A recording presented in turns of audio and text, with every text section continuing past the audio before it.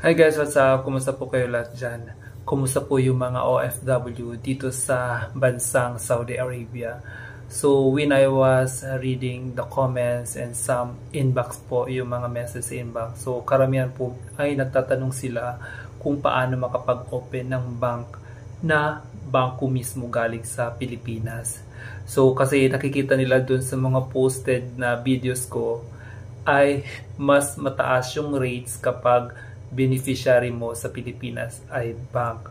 So actually, I suggested or recommended na mas maganda po talaga na mag-transfer tayo ng pera through beneficiary po ay bank po. So mas mataas po yung rates at hindi lang po yan, mas mababa pa yung fees po. By the way, ang ano ko lang dito is mas mataas yung rate kapag bangko po yung pinadala nyo compared po sa Western or yung cash pick up po. Itong video po na to will give you po procedure kung paano makapag-open ng bangko sa atin sa Pilipinas through online po. You don't need to visit the branch po para makapag-open lang ng bangko.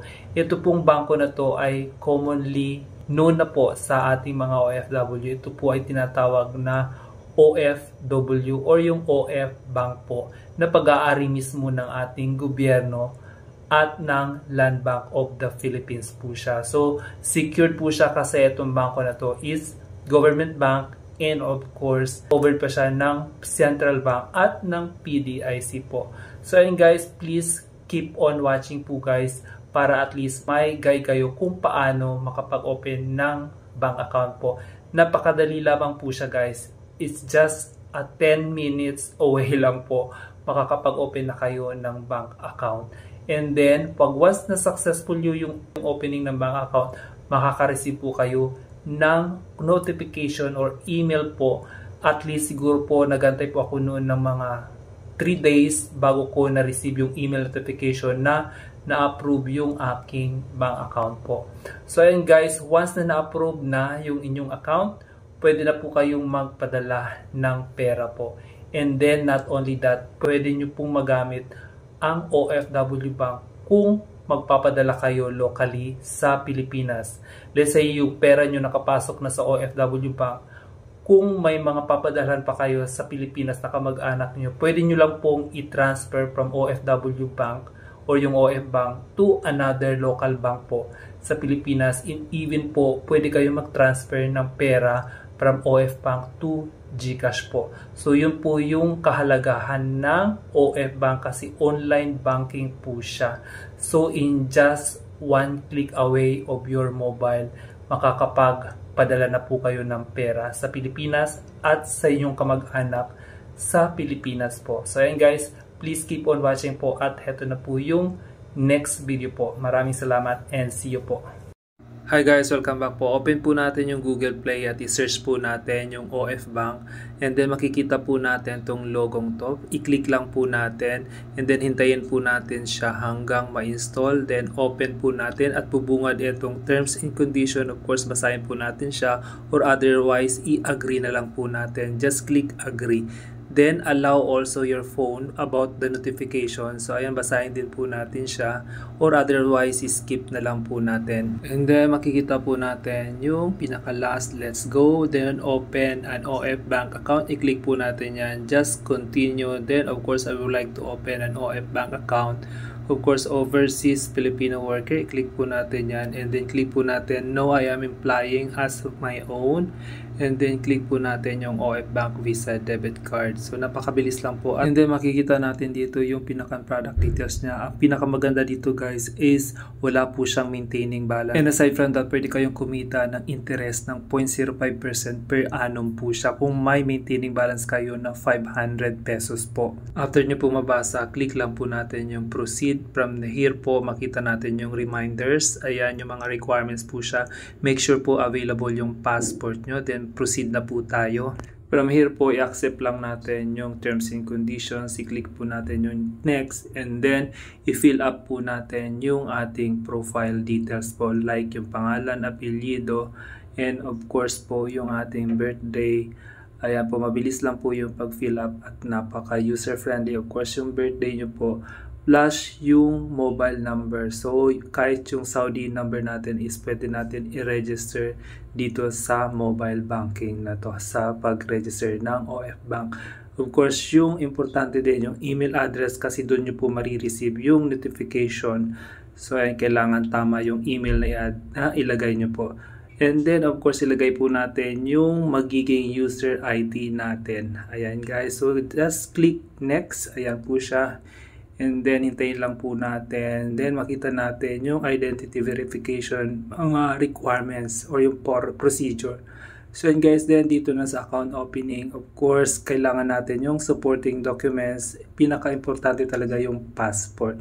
So and click po natin yung next. Ayan yung mga supporting documents niya. Then just click next. So yan, ilagay natin yung passport number dito. Ayan guys, then submit. Of course, nandun na yung ating mobile number kasi naka-specify na kanina pa. Then, ma-receive natin yung one-time password sa ating email address. Kaya nga, importante po yung email address. So, i-copy lang po natin yung OTP na yan. Let's say, ayun po siya. And then, ipi-paste po natin siya dito sa may one-time PIN. Ayan, i-paste lang po natin. Then, click next. So, may mga security question na kailangan natin itanong at isagot din sa sarili natin.